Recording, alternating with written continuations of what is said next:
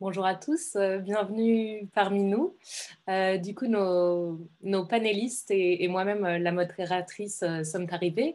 On va attendre quelques instants que les spectateurs, les auditeurs, on va dire, aient le temps de nous rejoindre.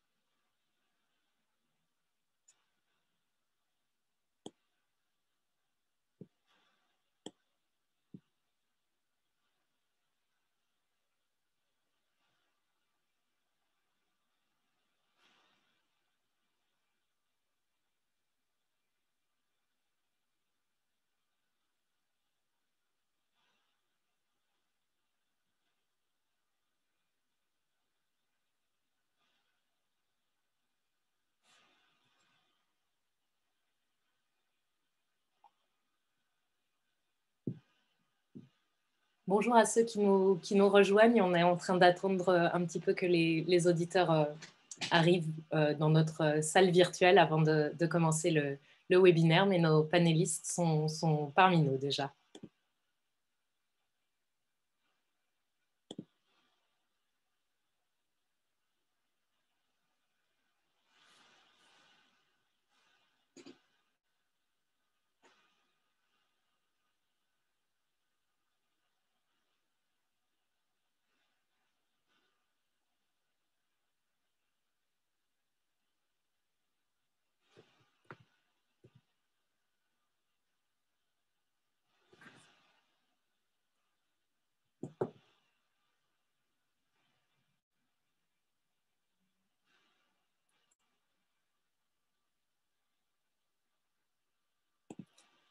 Écoutez, je vous propose de commencer. Donc, il est 16h03.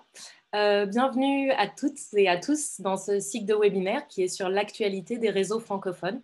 Nous en sommes aujourd'hui au troisième focus qui s'intitule « Quelle science pour la société ?»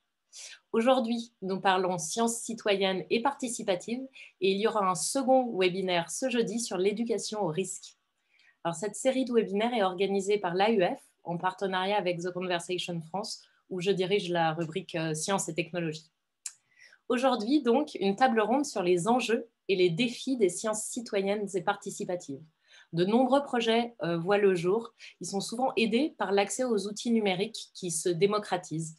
Par exemple, le projet Vigiciel qui permet aux chercheurs et aux citoyens de s'associer pour retrouver des météorites tombées à la surface de notre planète, autant dire chercher des aiguilles dans des bottes de foin. Ils organisent de véritables battues qui permettent de collecter ces matériaux cosmiques rarissimes qui nous en apprennent plus sur l'origine du système solaire.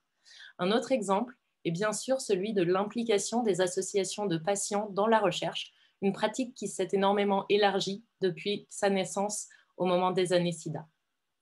Pour en parler, nous accueillons 4 intervenantes et intervenants. Gisèle Etaméloé, bonjour. Alors, vos micros sont tous éteints. Bonjour Elsa, je suis désolée. Pas de souci, Là, on m'entend là. Okay. Vous êtes pharmacienne et enseignante-chercheuse sur les plantes médicinales qui ont des vertus contre les pathologies endémiques en zone tropicale, comme par exemple des maladies parasitaires comme le paludisme, les maladies métaboliques et aussi les maladies infectieuses. Vous êtes aussi praticienne dans une officine grâce à laquelle vous menez des campagnes de proximité et vous menez l'Association camerounaise des industries du médicament. De nombreuses casquettes donc aujourd'hui. Exact. Baptiste Gaudry, bonjour. Allô, bonjour. Bonjour.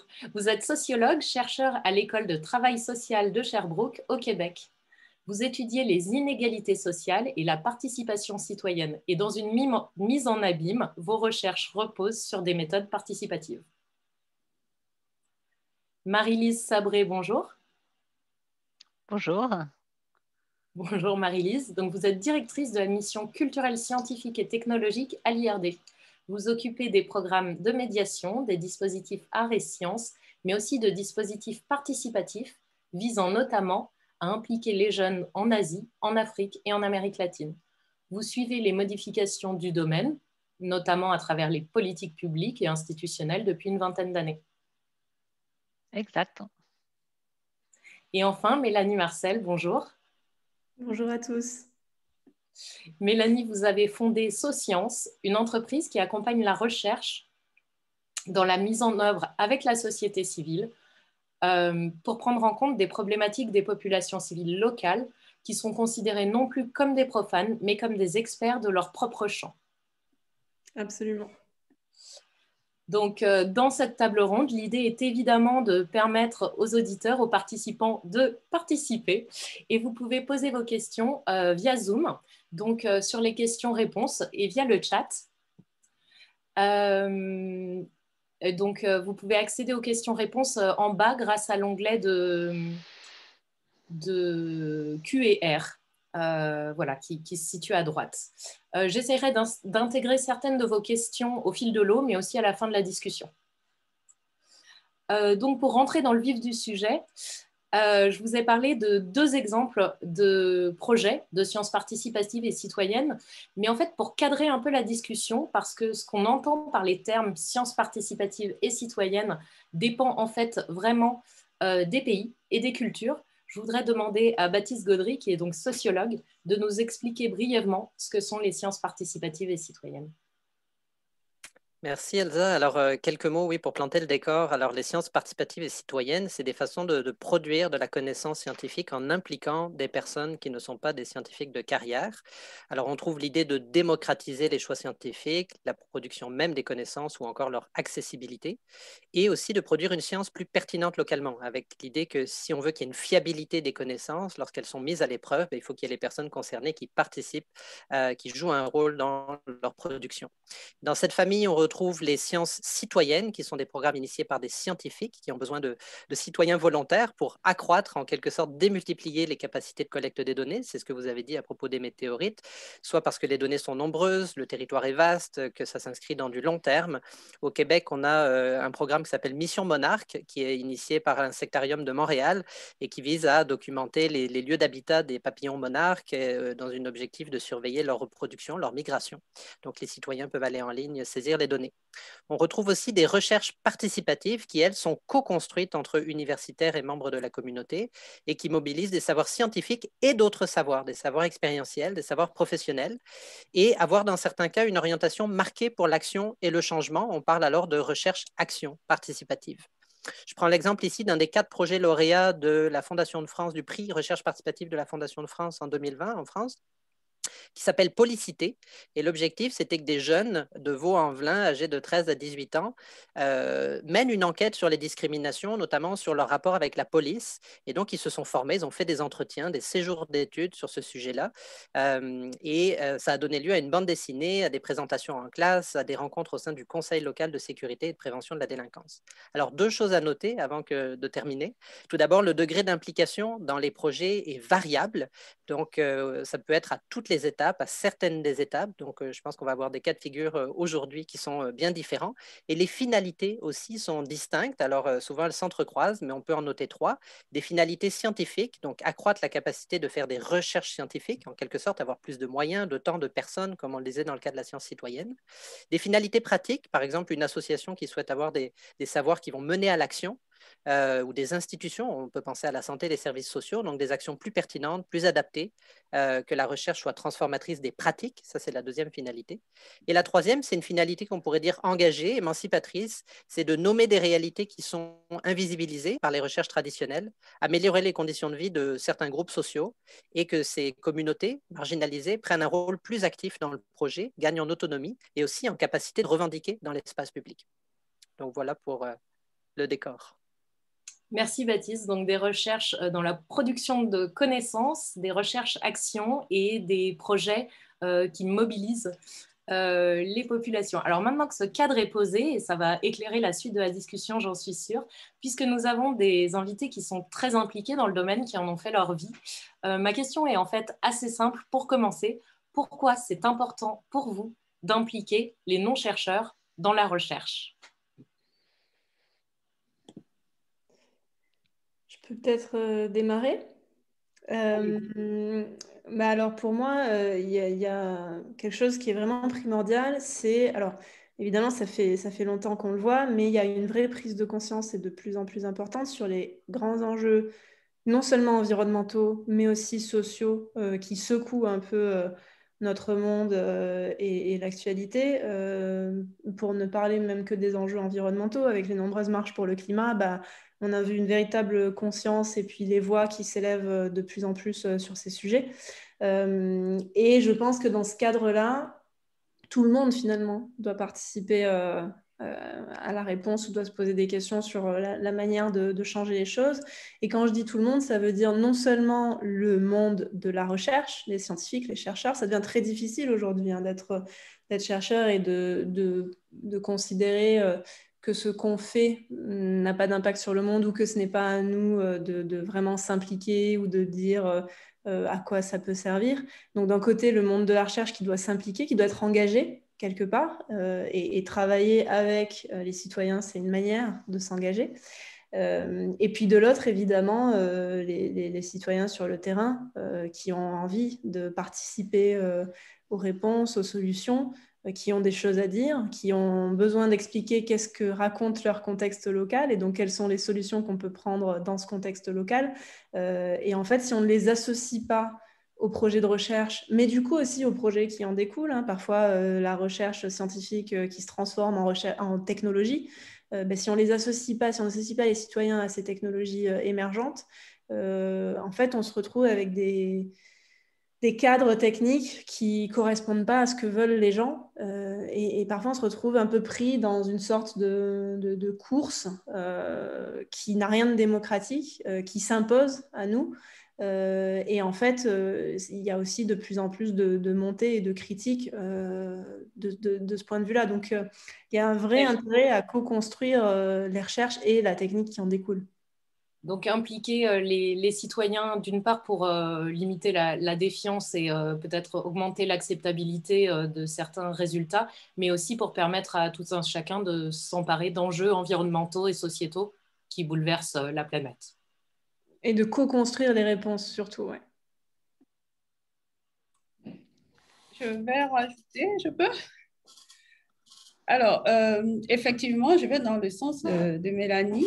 C'est encore plus crucial en Afrique. Je prends l'exemple de nos pays où les principales parties prenantes de la recherche, ce sont les citoyens. Et notamment en Afrique, la recherche doit être au service du développement. C'est une nécessité pour avancer. D'ailleurs, les enseignants-chercheurs au Cameroun en particulier, dans les procédures de passation et de changement de grade, il faut préciser pour chaque axe de recherche quel est l'apport au développement. Ça, c'est un des critères fondamentaux. Parce que pour émerger, on dit si bien c'est un mot que je n'aime pas trop, pour émerger, il faut se développer. Pour se développer, il faut passer absolument de la recherche fondamentale à l'applicabilité au quotidien. Et je pense que les non-chercheurs sont d'un très grand appui dans ce sens-là. Dans mon axe de recherche sur les plantes médicinales, notamment, nous travaillons beaucoup en immersion avec les tradipraticiens.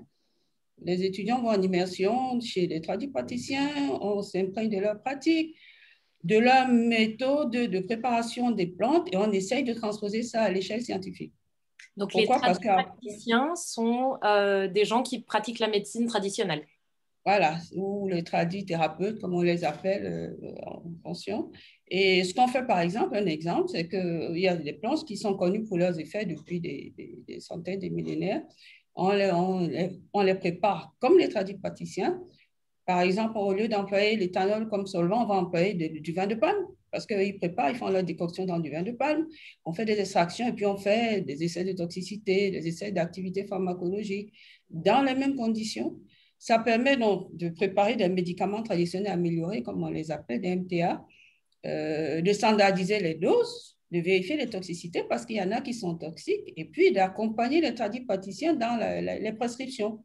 Parce qu'ils ont des prescriptions parfois empiriques qui vous disent, vous prenez 3 poignées de feuilles. Alors, en fonction du volume de la main, votre poignée n'est pas la même que la mienne, etc. Alors, quand on standardise comme ça, on repart vers eux en leur disant, écoutez, on a travaillé sur telle plante que vous utilisez pour traiter telle pathologie. Voilà ce qu'on préconise. Vous prenez, soit on leur donne des balances, soit on compte le nombre de feuilles. On leur dit, écoutez, ce n'est pas la peine de prescrire 10 feuilles en décoction. 5 feuilles font aussi bien l'affaire parce que donc, c'est cette approche scientifique qui, vraiment que nous appelons la recherche citoyenne, en fait. Donc, Baptiste a bien défini tout à l'heure, c'est une définition très large, mais ça permet effectivement d'impliquer et d'avancer.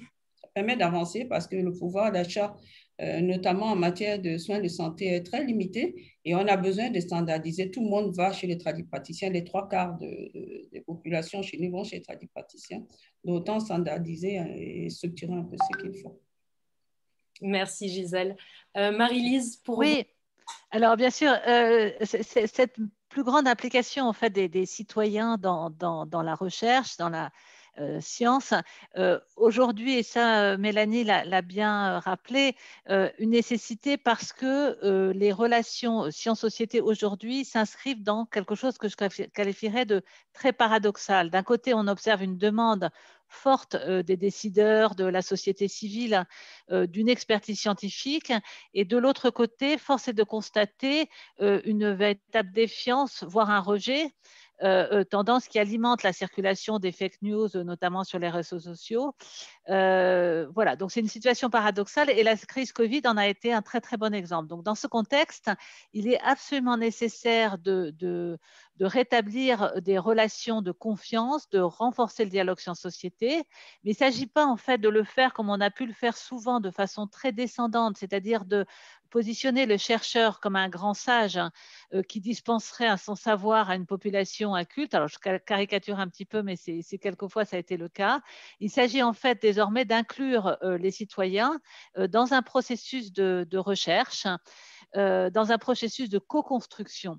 Alors à l'IRD, nous y sommes attachés puisque notamment dans le cas de la science de la durabilité que porte l'IRD, la science de la durabilité, c'est une science des solutions durables. Et dans ce cadre, il s'agit de mieux intégrer les citoyens dans la programmation scientifique afin que les résultats et innovations issus de la recherche puissent apporter réponse à leurs attentes et à leurs besoins. Et c'est particulièrement vrai dans les pays du Sud où travaille l'IRD. Il y a vraiment, c'est-à-dire, comme l'a rappelé Gisèle, vraiment un besoin pour que la science contribue véritablement au développement durable des pays du Sud, de ce lien fort et de cette grande implication du citoyen dans le processus de recherche tout au long, depuis la programmation, pendant la mise en œuvre et au moment de la restitution du programme de recherche. Oui, c'est intéressant ce que vous dites, c'est vraiment au long des recherches et notamment les sciences participatives et citoyennes permettent de redéfinir des problématiques de recherche qui soient pertinentes pour les personnes concernées. Est-ce que vous auriez un exemple ? Alors, il y a pas mal de recherches. Alors, il y a tout ce tous les exemples qu'ont cité Baptiste. Très récemment, là, j'ai discuté avec un chercheur qui travaille sur des maladies infectieuses où il y a une véritable implication des personnels de santé, des associations pour bien comprendre, pour bien intégrer dans des programmes de recherche. C'est un programme de recherche sur les fièvres hémorragiques pour véritablement intégrer les patients dans le processus de recherche, dans le programme de recherche pour mieux prendre en compte ces comportements. Et ça, à travers, ils mettent en place ce programme à travers notamment un jeu qui n'est pas un jeu de rôle, c'est un jeu de plateau et qui permettent à chacun des acteurs de se positionner dans un contexte épidémiologique ça permet de bien comprendre le rôle de chacun. Et là où il y a des freins, en fait, par exemple, à l'accès aux soins, au recours aux dispensaires ou aux médecins. Voilà, c'est un exemple parmi tant d'autres, il y en a énormément.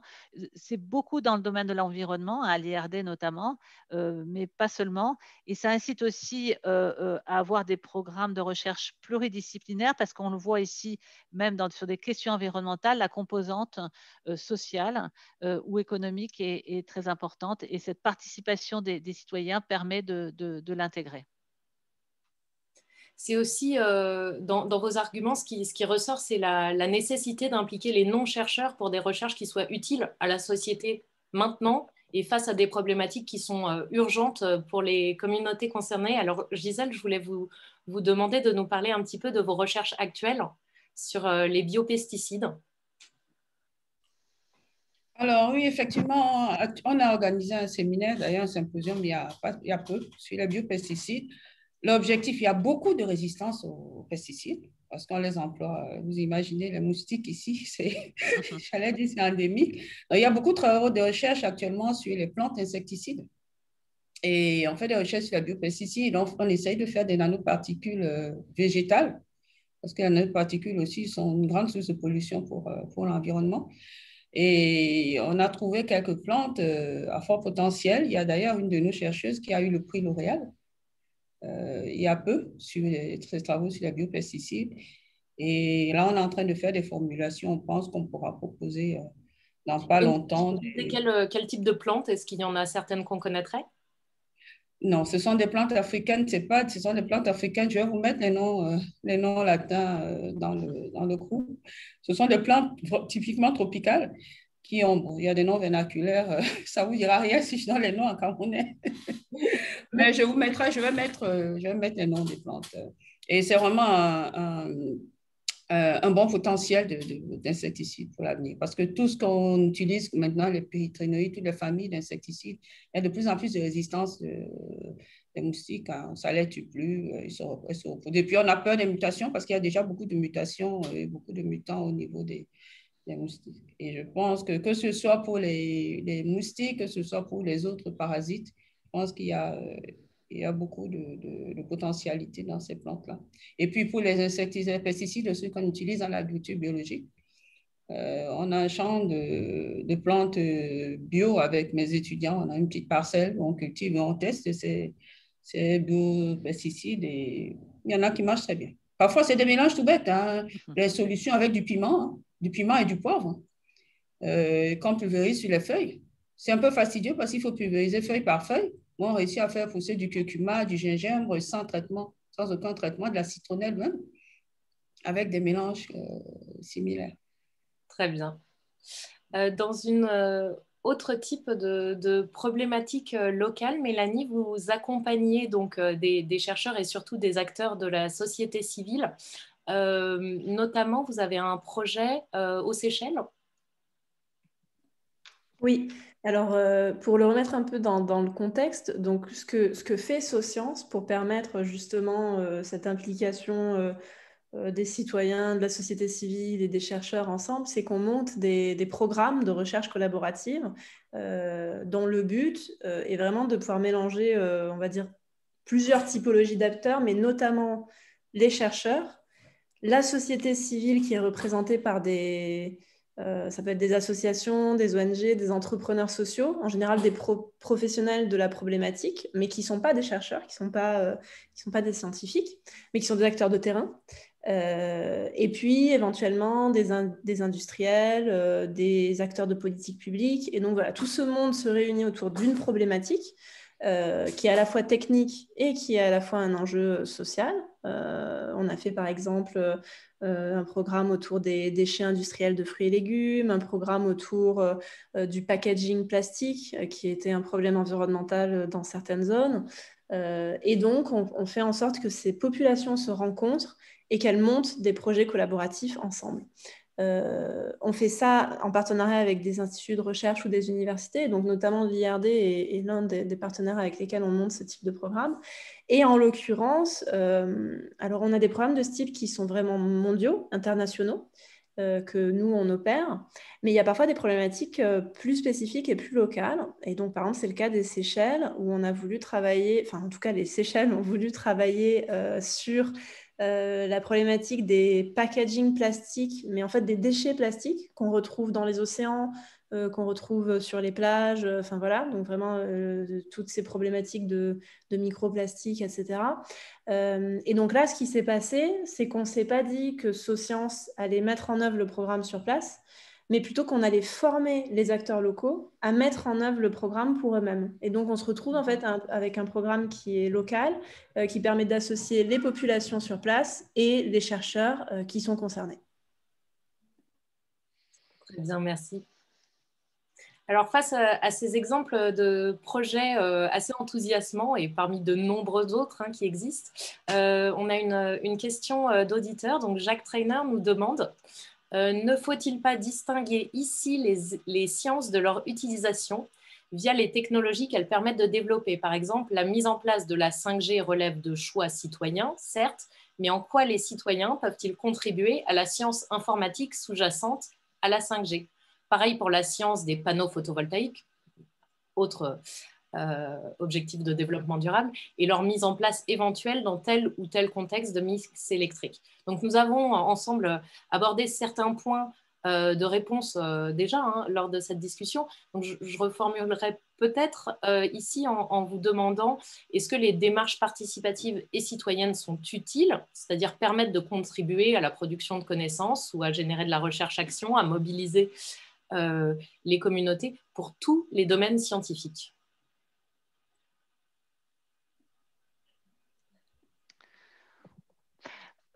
Ce que je pense qu'il ne faut pas se tromper dans cette intégration des citoyens dans le processus de recherche, c'est que le citoyen ne devient pas chercheur. Je crois que c'est absolument important d'intégrer ça. C'est pas un apprenti chercheur. Il est là pour faire entendre ses besoins, ses attentes. Il peut contribuer aussi. On a vu certains programmes de recherche qui associent des citoyens pour le recueil de données, mais il reste encore une fois, il garde son statut de citoyen. Donc, il faut faire attention, je pense à une confusion. Alors, peut-être que Baptiste, qui doit, en tant que chercheur, étudier ça de près, pourra préciser ce que je dis, mais je pense qu'il ne faut pas se méprendre sur le rôle du citoyen dans le processus de recherche. Il ne faudrait surtout pas que les citoyens pensent que parce qu'ils participent, ils deviennent chercheurs. Ils sont partie prenante de la recherche, mais en tant que citoyens. Je suis interpellé, alors peut-être je me permets de réagir. Moi, je trouve que c'est important l'idée qu'il y a une diversité de savoir. L'idée, effectivement, je serais assez d'accord avec Marie-Lise de ne pas toujours rabattre la contribution des différents acteurs au savoir scientifique en disant c'est des mini-chercheurs où il faut les former à la recherche scientifique. Je pense qu'ils arrivent souvent autour de la table. Moi, ce que je veux entendre, c'est pas articles scientifiques ou c'est vraiment qui m'amènent leur réalité, leur point de vue situé, que ce soit des savoirs professionnels, des savoirs expérientiels. Et à travers ça, il y a nécessairement quand même une formation à la recherche qui se fait. Donc, c'est sûr qu'il y a une prise de pouvoir aussi relativement à la manière même, à la méthodologie, au cadre conceptuel. Et pour nous aussi, comme chercheurs, moi, ce qui est un des enjeux, c'est aussi d'arriver à déprofessionnaliser pour les rendre accessibles comme des étapes d'analyse en disant oui, c'est une tâche de chercheur, on est payé pour ça, on est formé pour ça, mais en même temps, on peut faire du codage thématique collectif, on peut faire de l'analyse collective et on peut faire des formes d'écriture, pas simplement de l'écriture scientifique dans des revues évaluées par les pairs où là, les gens vont être déconcertés d'écrire selon ces codes-là, ils ne les ont pas appris. Mais par contre, on peut trouver des formes d'écriture, des façons d'écrire qui soient inclusives aussi et qui reflètent la diversité des publics qu'on va vouloir rejoindre. Donc ça, pour moi, c'est un premier point. Et puis, le processus de recherche, dans certains cas, pour moi, les recherches participatives, il y a un enjeu de justice cognitive derrière ça, c'est-à-dire aussi de questionner. On ne peut pas impliquer des non-chercheurs de carrière, en tout cas à mon sens, sans que ça remette aussi en cause ou en question nos choix, parfois théoriques, conceptuels. Bon, moi, c'est dans le cas de la pauvreté, des inégalités sociales, c'est sûr que c'est à la fois des objets d'étude, mais c'est aussi des rapports de pouvoir, c'est aussi des enjeux sociaux. C'est pas neutre de choisir telle ou telle approche pour étudier la pauvreté. Donc, pour moi, c'est ce que m'a appris mon expérience, moi, dans un centre de recherche en santé services sociaux, donc un centre de recherche vraiment dans le réseau de la santé des services sociaux, à travailler avec des praticiens, des associations. C'est vraiment que le processus même de recherche participative, c'est aussi un questionnement sur quels sont les savoirs légitimes, quels sont les savoirs qui sont exclus, à qui on donne la parole, qui est un interlocuteur crédible et quels sont les savoirs qu'on reconnaît et qui vont mener à l'action. Et donc ça, on ne peut pas le décider a priori, ce n'est pas la science qui peut le décider a priori, c'est vraiment dans le processus qu'on va questionner ça collectivement.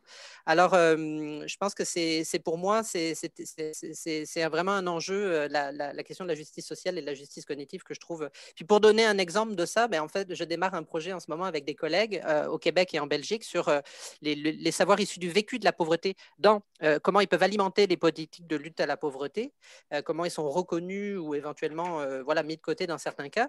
Et ce qu'on va essayer de travailler, c'est un projet qui démarre, qui va s'étendre sur 4 ans, c'est vraiment qui possède les savoirs légitimes sur la pauvreté, quels sont les savoirs pour agir sur la pauvreté. Et donc, pour moi, c'est sûr qu'il y a vraiment un enjeu. Il y a des savoirs de la pauvreté et il y a des savoirs sur la pauvreté.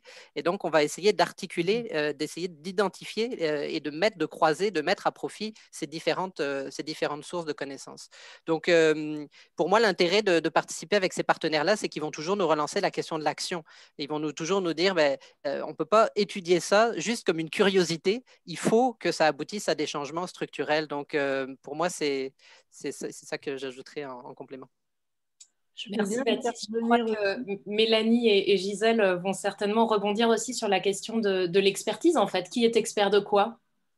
Ouais, et sur l'expertise, effectivement, je pense que ça a été bien souligné par Baptiste, la question de savoir qui a le savoir un petit peu légitime. Mais ce que je trouve qui est aussi intéressant, c'est qu'il faut bien se poser la question. Enfin, ce qui est intéressant, c'est que la manière dont la question a été posée, on était sur des sciences naturelles, je ne sais pas, on utilise ce mot, des sciences naturelles, des sciences dures, je ne sais pas, mais qui du coup donnent souvent l'impression que d'un côté, il y a la vérité, il y a des lois scientifiques, naturelles, il y a des choses qui se passent comme ça et en fait, il faut les découvrir. Et une fois qu'on les a découvertes, effectivement, on peut faire des choix de société sur ce qu'on en fait, mais n'empêche que le processus de recherche, il est ce qu'il est et on va tomber sur des résultats qui sont la vérité et puis c'est comme ça. Et du coup, dans ce cadre-là, le citoyen ne pourrait pas aider forcément sur cette phase-là parce qu'il n'a pas la connaissance ou la pratique du chercheur. Et puis derrière, par contre, il aurait des choix à faire. Mais je pense qu'il faut interroger pas mal de choses dans ce modèle-là. La première chose qu'il faut interroger, c'est sur quoi est-ce qu'on fait des recherches. Et en fait, associer des citoyens très en amont, pas quand on prend des décisions techniques, mais quand on est en train de se choisir déjà des stratégies de recherche, ça peut modifier profondément ce sur quoi on va faire des recherches, la manière dont on pose les questions de recherche, et donc les résultats qu'on va trouver. Un exemple très classique, c'est dans l'agriculture. Il y a plein de manières différentes de modifier potentiellement notre système d'agriculture, mais on peut tout à fait se dire, je vais faire des recherches, par exemple, sur les pesticides, ou on peut aussi se dire, je vais faire des recherches sur les interactions microbiologiques entre les plantes et le sol, et pour essayer de développer la permaculture d'une façon très avancée et très scientifique. Mais en fait, c'est pas forcément les mêmes recherches et on peut associer très tôt les citoyens à ce genre de décision et ça va changer les résultats, pas parce que les lois naturelles qui sont derrière ont changé, mais parce qu'en fait on cherche pas la même chose. Donc c'est un premier point qui est extrêmement important et pour moi il faut inviter le citoyen très très très tôt parce qu'en fait ça change tout le processus. Ça c'est le premier point. Et le deuxième, c'est aussi alors il y a une ligne qui est difficile à tracer entre le choix de société et la recherche, la manière dont elle va être appliquée. Je pense que la 5G est peut-être un bon exemple parce qu'aujourd'hui, qu'est-ce qu'on nous dit sur la 5G? On nous dit que globalement, il faut la mettre en œuvre parce qu'on est dans une course technologique, que d'autres pays vont le mettre en œuvre.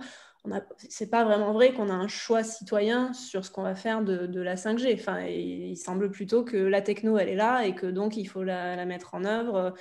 Donc, c'est difficile de séparer le moment de recherche, le moment technique, le moment de mise en application. Il ne s'agit pas ici de consultation citoyenne a posteriori sur le développement d'une technologie, mais bien d'intégrer les citoyens au début, plus en avant dans les développements. Ouais, dans et les ce qu'ils choix. peuvent Ouais. aussi montrer, c'est les manques, parce que la 5G, c'est peut-être un peu particulier parce qu'on est en plein dedans, mais par exemple, un exemple très connu, c'est dans un développement aussi très technique, qui était le développement de composés chimiques pour développer des photos. Je ne sais pas si vous savez, dans les années 70-80, les composés chimiques pour développer des photos sur du papier, elles étaient vraiment adaptées pour faire ressortir des peaux qui étaient blanches. Et en fait, ça, c'est technique, dans le sens où on est vraiment sur de la chimie. Mais en fait, à aucun moment, quelqu'un s'est dit ou s'est demandé ou s'est rendu compte qu'il y avait un problème avec ça.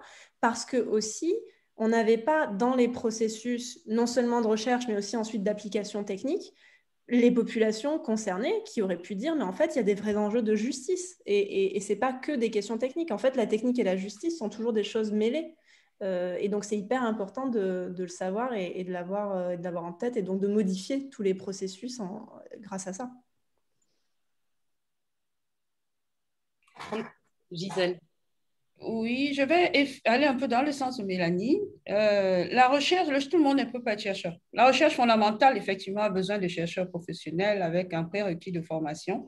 Mais dans le passage à l'applicabilité au quotidien, il faut impliquer fortement les populations parce que la recherche fondamentale pour fondamentale, certains axes de recherche, oui, mais quand c'est une recherche qui a une vocation sociale ou sociétale, il faut absolument qu'elle soit applicable au quotidien.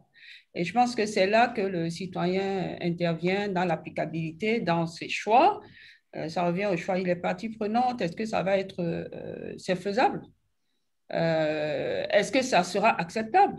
On parle de la 5G, elle a parlé de la 5G tout à l'heure. Est-ce que ça va? On développe des technologies très pointues, puis au moment de l'applicabilité, de l'application, on se rend compte que ce n'est pas accepté par le citoyen. Et je pense que c'est à ce moment que le citoyen intervient. Ce serait bien qu'il soit impliqué très tôt, effectivement, dans le processus pour être sûr de son adhésion. Il faut qu'il adhère. Si je reviens aussi aux plantes médicinales, on a eu beaucoup de mal au départ à faire adhérer les tradipraticiens quand on faisait nos enquêtes ethnobotaniques et qu'on allait dans les villages. Ils nous regardaient comme des extraterrestres en disant, voilà, ceux-là, ils sont venus encore voler notre savoir. Parce que c'était ça au départ. Hein. On allait vers eux, on découvrait les plantes, on les observait, on volait un peu leur savoir et leur formule, et puis on ne revenait jamais. Donc, il y a eu ce besoin d'immersion. Il y a eu des immersions de 3. J'ai une étudiante qui a fait 6 mois en immersion dans une communauté de tradipraticiens. Elle est sortie de là avec des informations qu'on n'a même pas encore fini d'exploiter aujourd'hui. Elle a réussi à gagner leur confiance. Ils se sont ouverts à elle. Elle assistait à des séminaires, à des réunions, entre guillemets, secrètes, où on lui a transmis beaucoup de choses. Mais il faut savoir retourner leur dire, écoutez, voilà ce qu'on a trouvé, voilà qu'est-ce que vous en faites, voilà comment vous pouvez capitaliser votre savoir, vous pouvez gagner la confiance de vos clients, vous pouvez travailler de façon aseptique et tout, vous pouvez... Donc, on les met pas à notre niveau parce que ce sont pas des chercheurs au niveau de la recherche, hein, pas au niveau... humains, mais au moins ils ont l'impression qu'ils contribuent et qu'ils participent pratiquement à partie égale avec nous. Donc, je pense que donc, ce ne sont pas des chercheurs, si, ils se considèrent comme chercheurs d'ailleurs, hein, parce qu'à chaque fois, dans les symposiums, c'est des gros débats avec eux, ils ne veulent pas qu'on les traite comme des... Ils n'ont pas été à l'école, mais ils estiment qu'il y en a qui se font appeler docteurs. Hein. Il y en a qui disent qu'ils sont des docteurs parce que leur niveau de recherche fondamental est équivalent au moins au nôtre. Mais je pense que ce sont des chercheurs, entre guillemets à un certain niveau et il faut les impliquer. Donc, ce Alors, sont il y a des chercheurs. une question assez intéressante, du coup, qui est reliée. C'est une question de Madame Cuc Phuong du Vietnam. Alors, quel est le rôle du chercheur dans une telle recherche participative? Dans quelle mesure... Oula. Désolée, la question est partie. Dans quelle mesure les participants peuvent connaître les objectifs et les activités de la recherche? En fait, est-ce qu'ils savent tout ce qui se passe dans le projet comme un chercheur le saurait? Peut-être, Baptiste, vos acolytes, vos participants qui ne sont pas chercheurs, savent-ils tout du projet? Tout d'abord, juste pour rejoindre Mélanie, moi je trouve que la question tout à l'heure, les exemples que tu citais, Mélanie, moi ce qui me venait en tête, c'est aussi la recherche sur la contraception masculine. Donc sur finalement, la recherche est aussi adopte les préjugés sociaux, les rapports, enfin, reflète aussi les rapports de pouvoir dans la société. Et donc, si on n'a pas investi la contraception masculine, c'est pas parce qu'on n'était pas capable de le faire scientifiquement, c'est parce que c'était un point aveugle d'une partie des chercheurs hommes aussi.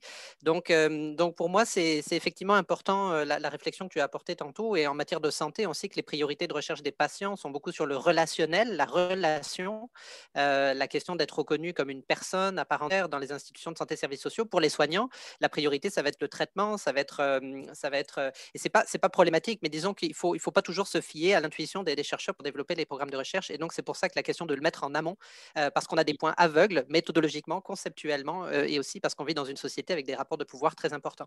Sur la question de l'implication, moi, j'utilise une pluralité de modalités de recherche participative. J'essaye pas d'être je ne suis pas dogmatique, donc il y a des recherches que je fais qui sont non participatives. J'assume pleinement qu'elles sont non participatives, où je mène le questionnement de recherche de A à Z, où je vais rencontrer des praticiens, je connais bien leur réalité, donc je vais valider compte de mon cheminement. Ils vont dire, as-tu pensé à ci, as-tu pensé à ça? Et il y a des recherches qui sont, proprement co-construite. Je voyais que j'avais plus trop d'internet, où là, à ce moment-là, j'arrive pas avec mon idée nécessairement, et je vais pas juste leur demander de commenter mon protocole, mais on va vraiment élaborer notre questionnement ensemble. Et là où ils vont devenir, je pense, des chercheurs à part entière, pas au sens où ils vont maîtriser toutes les étapes de production d'une connaissance au sens de quelqu'un qui a un PhD qui est reconnu par ses pairs comme étant un chercheur, mais ils vont être co-chercheurs parce que les idées, la richesse, la pluralité la pluralité, cette science pluraliste, elle va être possible grâce à leur présence. Donc pour moi, ils seront bel et bien co-chercheurs. Merci Baptiste. Donc une diversité de modalités en fait pour les sciences participatives et citoyennes à différents niveaux. Alors maintenant, j'aimerais parler un petit peu des freins, des limitations, des obstacles à la recherche participative et citoyenne à l'heure actuelle. Marie-Lise Sabrier, peut-être? Excusez-moi, j'avais pas mon micro. Oui, alors effectivement, il y a pas mal de freins quand même Le premier des freins, je crois que c'est le temps.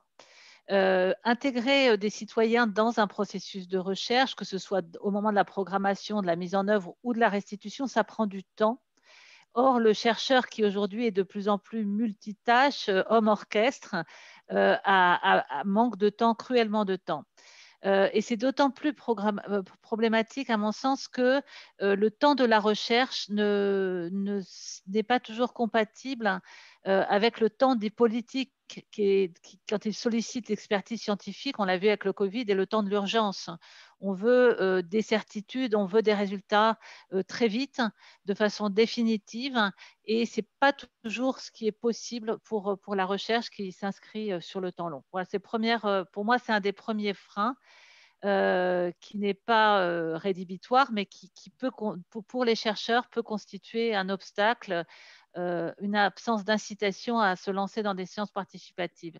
Un autre frein est pour moi l'évaluation, même s'il y a eu pas mal de progrès qui ont été faits dans le domaine. Tout ce qui est dialogue science-société, ce qui va de la simple communication scientifique aux sciences participatives, elles-mêmes, ce n'est pas toujours reconnu dans le processus d'évaluation des chercheurs qui, vous le savez, c'est la publication dans des revues internationales.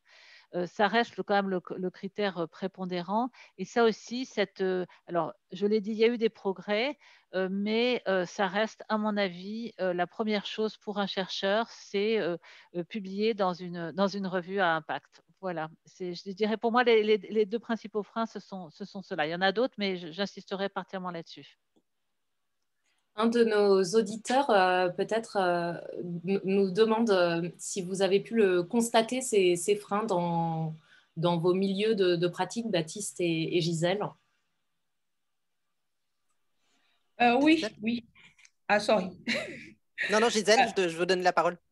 D'accord, merci Baptiste. Oui, effectivement, là, je rejoins un peu ce que Marie-Lise dit, le temps. Le temps, parce que le temps est long, le temps d'intégrer les citoyens dans la recherche, parce qu'il y a des adhésions plus ou moins bonnes. Donc, il y a le temps de conviction, il faut les convaincre d'adhérer au projet. Il y a des citoyens, des profils très hétérogènes. Dans un projet de recherche, il faut harmoniser tout ça pour que les résultats soient acceptables scientifiquement. Et le temps est coûteux. Les projets sont souvent financés sur une durée précise. Et quand on voit le temps que ça prend pour certains projets, on abandonne souvent dès le départ parce qu'on se rend compte que si on accepte un financement, on ne pourra pas fournir les résultats escomptés. Et ensuite, ce type de projet n'est pas toujours financé. Parce que, effectivement, c'est des projets qui vont faire intervenir des non-chercheurs dont on ne peut pas garantir la fiabilité jusqu'au bout. Il y a beaucoup de perdus de vue à un moment. Vous avez des populations qui adhèrent dans des villages et puis du jour au lendemain, on vous dit non, non, c'est bon, nous, on ne veut plus vous voir. Il y a beaucoup de subjectivité. Il suffit qu'on descende avec un étudiant sur le terrain et qu'il ait un comportement qui déplaise. Donc, c'est vrai qu'il y a beaucoup d'imitations qui sont des freins, effectivement, pour que ce type de projet aboutisse. Et puis, dans les publications, elle a raison, Marie-Lise, quand moi j'ai soumis souvent des articles issus des enquêtes ethnobotaniques qui ont été refusés par beaucoup de revues, parce que ça ne correspond pas à l'âge de recherche de la revue. Ils estiment que ce n'est pas très porteur. Alors, je ris parce que j'ai eu un article qui a eu 1500 vues sur ResearchGate et c'était une victoire pour moi parce que c'était une publication sur effectivement des essais avec l'emploi de vin de palme comme solvant. Et j'ai été très surprise de voir que ça avait été autant lu. Je me suis dit, c'est une victoire. Et puis, je vais l'envoyer à une revue qui a refusé cet article-là en lui disant, bon, voilà, il y a quand même 1500 vues, donc c'est quand même pas... Ce sont vraiment des freins importants. Mais la mentalité change. Bon, ça va, je pense que ça viendra, le changement est en marche, comme on dit. Merci Gisèle. Baptiste? Pour moi, c'est important d'associer donc, les recherches participatives à une diffusion libre de droit le plus possible parce que sinon, on se retrouve dans des situations paradoxales où on écrit, on essaie de faire de la science, on essaie de démocratiser le processus, mais finalement, ce qu'on produit, c'est payant. Il faut être affilié à une université pour pouvoir accéder aux bases de données. Une autre difficulté, c'est l'évaluation de nos carrières. Quand on est chercheur, qu'on essaie d'avoir un poste ou qu'on soit statutaire, on est évalué à la productivité scientifique égale le nombre de subventions obtenues et puis le nombre d'articles publiés. Mais on vient de dire que les résultats de ces recherches, ça pouvait être aussi des actions à moyen avec des effets à moyen long terme. Donc ça, c'est comment le prendre en compte dans les carrières. Je pense que j'ai des collègues qui sont dissuadés de faire des carrières de recherche où je vous parlais de moi la diversité des recherches que je fais. C'est aussi pour balancer les choses dans mon CV parce que je sais qu'il y a des choses qui vont moins donner, on va dire, et il y a des choses qui vont moins donner d'un point de vue de l'évaluation hein, qu'on m'applique moi comme chercheur. Aussi, une chose intéressante à signaler, il y a de plus en plus de programmes au Québec comme le programme, bon, il y a le programme engagement, il y a différents programmes qui sous ces façons de faire de la recherche, mais parfois avec une conception extrêmement individualisée. Donc, on va demander d'avoir un patient ou un citoyen, une personne en situation de pauvreté comme caution d'un projet qui serait participatif. Or, quand on travaille avec des communautés, avec des regroupements, je vois en tout cas certains projets qui se développent de cette façon-là et pour moi, en tout cas, c'est questionnant. L'enjeu de la rémunération, bien sûr, hein, plus on va demander de l'implication aux gens, nous, on est payé pour le faire, donc je ne vous détaille pas Et l'autre enjeu, c'est est-ce que des fois, je vais le soulever en guise de provocation, est-ce que des fois, on a les moyens d'être aussi à la hauteur de nos ambitions, d'être aussi radical, c'est-à-dire de discuter des enjeux de propriété des résultats, à qui est propriétaire des résultats, de la coécriture, de la redéfinition des questions de recherche. Et quand on n'est pas en mesure, par exemple, de s'assurer que les gens souhaitent diffuser les résultats avec nous et qu'on n'est pas en mesure de le faire, est-ce qu'il faut débuter la recherche? Donc, parfois, de renoncer quand on est dans des relations pour développer une recherche participative, parfois de choisir de ne pas en faire parce que les conditions ne sont pas réunies aussi pour le faire avec des valeurs qui sont en cohérence avec des ressources matérielles et des valeurs qui permettent d'être en cohérence avec ce qu'on prêche. Donc, ce que vous prêchez là, en l'occurrence, c'est des valeurs de fonctionnement académique, enfin des valeurs de scientifiques.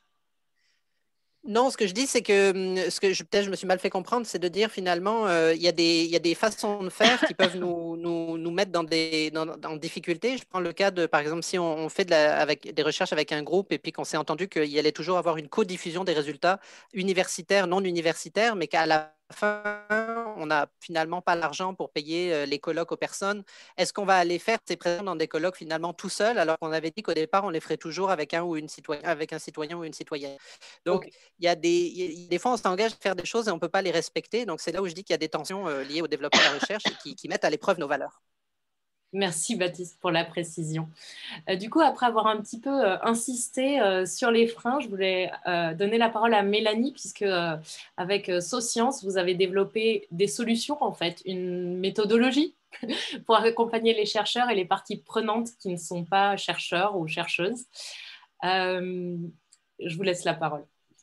Merci. Alors, j'annonce tout de suite que ça ne répond pas à tous les freins qui ont été annoncés et que de toute façon, chaque cas est particulier. Et puis, évidemment, la recherche, c'est dans un cadre. Enfin, la recherche aujourd'hui, la recherche un peu officielle se passe dans un cadre et chacun va devoir voir comment il compose avec ce cadre-là. Nous, ce qu'on a essayé de faire, c'est vraiment de créer une méthodologie qui puisse s'insérer dans le cadre existant, mais répondre et permettre vraiment de créer de façon, on va dire, facile pour les chercheurs ce type de collaboration avec des acteurs de la société civile. Et du coup, on répond à quelques freins. Le premier, c'est le manque de temps. Quand on lance un programme sur une thématique donnée, le chercheur qui souhaite participer à ce programme pour nous doit juste répondre à un appel, mais c'est extrêmement rapide. Ça peut lui prendre, c'est pas du tout des pages de 50 pages où il doit expliquer son projet, c'est pas du tout ça. C'est vraiment un formulaire, ça lui prend entre 30 minutes et 45 minutes pour répondre. Et puis ensuite, c'est fini. S'il est sélectionné, il passe directement dans une phase de co-création où toutes les personnes qu'il va rencontrer ont été sélectionnées aussi. Donc, il n'a pas de perte de temps à chercher les bons interlocuteurs. Ça, c'est des choses que nous, on fait. Et ensuite, tous les projets qui montent, on l'aide, on les accompagne. Il y a tout un suivi et un soutien à la fois financier et de temps, en fait, des gens de SoScience pour faire de l'administratif, qui sont des choses que les chercheurs, on leur en demande déjà beaucoup et il faut qu'ils en fassent encore plus quand ils font ce type de projet. Donc, déjà, on décharge un certain nombre de choses avec ce programme. Et puis, ce qu'on essaye de faire, donc c'est pas possible dans toutes les situations, mais nous, ce que notre programme va adresser, c'est aussi de faire en sorte que le chercheur soit en plein dans son sujet de recherche et que ça lui donne de la matière pour ensuite publier, pour ensuite justement être évalué dans les cadres un peu classiques de la recherche. Et donc, les participants à nos programmes, alors pour ce qui est des participants, on va dire de la société civile, c'est encore autre chose, et on va mettre en place d'autres choses, mais les participants chercheurs à nos programmes, s'ils participent, c'est parce qu'ils savent que ça va faire avancer leur projet de recherche. Donc, ils n'ont pas besoin de modifier les choses, de tourner les choses. On est vraiment en plein dans leur cœur de métier et ça leur donne des terrains, ça leur donne des nouvelles pistes, ça leur donne aussi des contacts industriels parfois pour faire en fait des choses tripartites avec des associations, des citoyens, des chercheurs, mais aussi des industries, ce qui peut aussi parfois amener plus de financement. Donc voilà, on essaye vraiment de répondre à un certain nombre de problématiques et de freins que les chercheurs peuvent rencontrer par des méthodologies qui essayent de lisser au maximum pour les participants et que ce soit le moins difficile possible. Ce qui est important, c'est pas tant le fait que SoScience ait développé une méthodologie comme ça, mais c'est de se demander comment est-ce que derrière on peut réussir à avoir des changements institutionnels et qu'en fait ce soit plus facile d'un point de vue de l'institut de recherche ou de l'université pour que tous les chercheurs puissent s'impliquer sur ce type de pratique. Et donc ça, notamment à l'IRD, il y a des vraies réflexions autour de ça, c'est extrêmement intéressant. Et je pense que ça ouvre pas mal de réflexions pour les personnels administratifs des instituts de recherche et même des financeurs de la recherche, parce que ça demande parfois de changer les modalités de financement.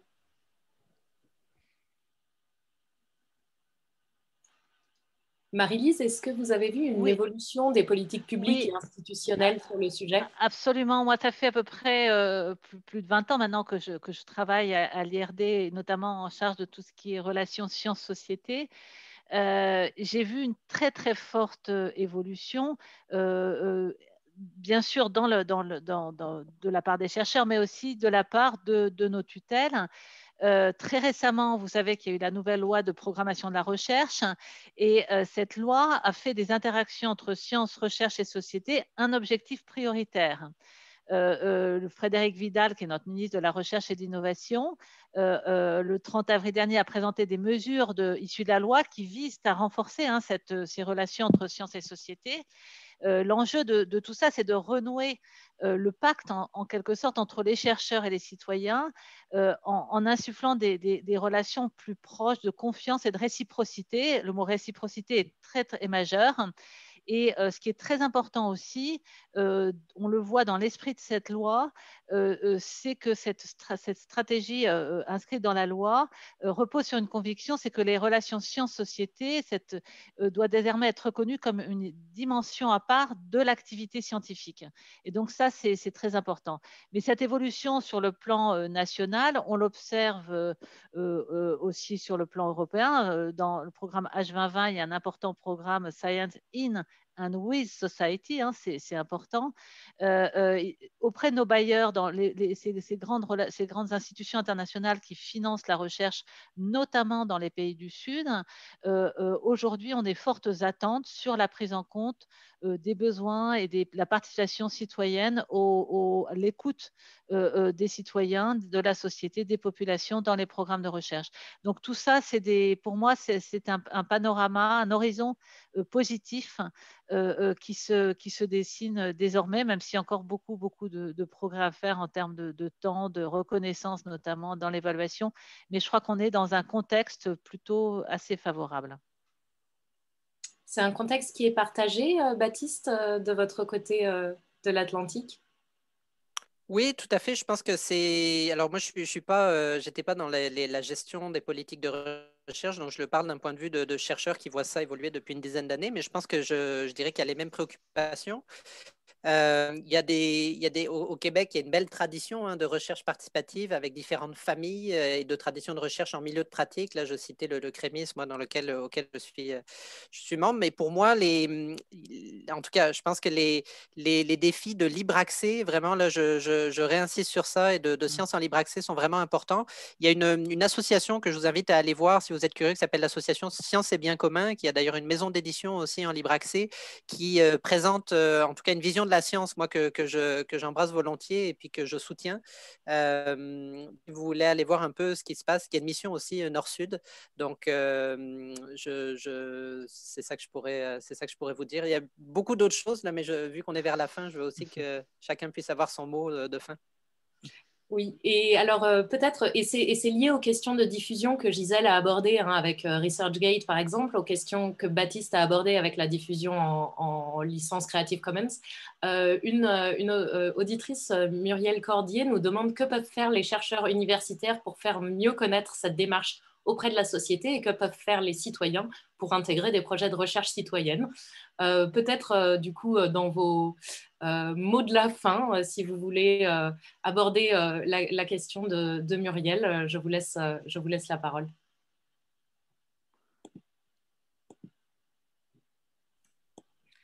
Moi, je dirais que les chercheurs, oui, mais surtout les décideurs et les financeurs de la recherche. Il faudrait inciter les chercheurs à aller vers la recherche participative, parce que la recherche doit être au service du développement, au service de la population. Ça, c'est un fait. Comme le budget de recherche chez nous, dans les pays émergents sont très faibles, c'est vrai qu'il faut reconnaître qu'on a cet avantage que les budgets sont orientés vers la recherche participative et vers la recherche comme contribution au développement et l'émergence. C'est une chance que nous avons, une chance, oui, parce que les budgets ne sont pas énormes et que pour chercher, comme on dit chez nous, les chercheurs, ils cherchent, mais ils ne trouvent pas. Pour trouver et qu'on palpe cette découverte, il faut que ce soit visible. Et pour que ce soit visible, il faut qu'il y ait cette transposition à la population, au bien-être de la population, à l'émergence. Donc, c'est une chance et je pense que dans les systèmes de recherche occidentaux, ils devraient, pour une fois, prendre l'exemple sur nous. C'est-à-dire copier ce modèle-là qui est un modèle participatif sans enlever aux chercheurs sa nature de chercheur, parce que c'est quand même une fonction spécifique qui doit exister, parce qu'on parle d'abord du fondamental pour la transposition, mais il faudrait que la recherche soit de plus en plus orientée vers l'applicabilité, vers le développement. Je pense que ça sera un plus pour la durabilité déjà, parce que pour la durabilité et l'environnement, je pense que c'est nécessaire. Merci Gisèle. Marie-Lise? Oui, alors moi peut-être c'est d'aller contre certaines idées reçues sur les sciences participatives, hein, sur le fait, par exemple, que faire de la recherche participative ou citoyenne, ça n'implique, enfin, c'est aussi publié dans des revues de rang A. Je pense que c'est revenir un peu sur une image, peut-être sur certains freins qu'on considère comme des freins, mais en fait qui n'en sont pas forcément. Je pense que c'est important. Et puis, effectivement, un des facteurs, c'est que vraiment les instituts voilà, continuent à investir en termes de moyens, ou les bailleurs hein, continuent à investir c'est tout ce qui est soutien à la médiation, à ce dialogue science-société. Je pense que ça aussi, c'est très important. Merci Marie-Lise. Mélanie? Je pense que, en fait, chacun à son niveau peut faire quelque chose, des choses différentes. Quand on est chercheur soi-même, c'est peut-être se demander comment on peut intégrer des recherches participatives à ses propres sujets de recherche. Mais en fait, à tous les niveaux, hein, financeurs, instituts de recherche, politique publique, c'est maintenant des choses qui sont très développées, qui existent. Et il y a vraiment moyen de se renseigner et d'essayer de se rapprocher d'autres acteurs qui le font. Évidemment, je peux parler de Socience parce que c'est ce que je connais le mieux, mais nous, par exemple, on forme des instituts de recherche, des universités à mettre en œuvre leurs propres programmes. Et je suis sûre que Socience n'est pas le seul organisme qui fait ça. Et donc voilà, je pense aller se former et puis se mettre en route. Donc, passer de la politique à l'action. Baptiste? Ben, moi, ça me rejoint là, ce que dit Mélanie, l'appel à la curiosité, donc de ne pas en rester sur des idées préconçues. J'espère qu'aujourd'hui, ça a pu servir à ça, d'aller se renseigner. Il y a dans toutes les universités, il y a des collègues, on sait qu'ils font des choses un peu étranges, un peu originales, un peu hors du cadre, donc d'aller les rencontrer, leur poser des questions. Et puis, la recherche financée par des fonds publics, c'est un bien commun, c'est une propriété collective, donc il faut qu'on se sente toutes et tous, qu'on soit chercheurs, qu'on soit citoyens sans formation universitaire, qu'on soit toutes et toutes propriétaires en quelque sorte, partie prenante de tout ça, et que voilà, on se sente, c'est vraiment un appel à ce que tout le monde se sente légitime d'interpeller des chercheurs pour engager le dialogue avec eux, que ça mène ou non à des projets de recherche dûment financés. Je pense que vraiment engager le dialogue. Merci Baptiste, merci à tous les quatre. On arrive au bout du temps en partie pour ce séminaire. Merci à tous nos auditeurs. Alors, il y a beaucoup de questions qu'on n'a pas vraiment eu le temps d'aborder, certaines qu'on a abordées sans les citer. J'espère que ça a pu être intéressant pour vous, que vous en savez plus sur les sciences citoyennes et participatives. Il y a des liens dans le chat pour découvrir en découvrir davantage sur les différents projets de nos panélistes aujourd'hui. Et donc, on va clore le webinaire. Et encore une fois, merci à tous pour votre participation. Merci. Merci. Merci, ce fut un plaisir. À la prochaine. Ouais. Allez, au revoir. Au revoir. Au revoir.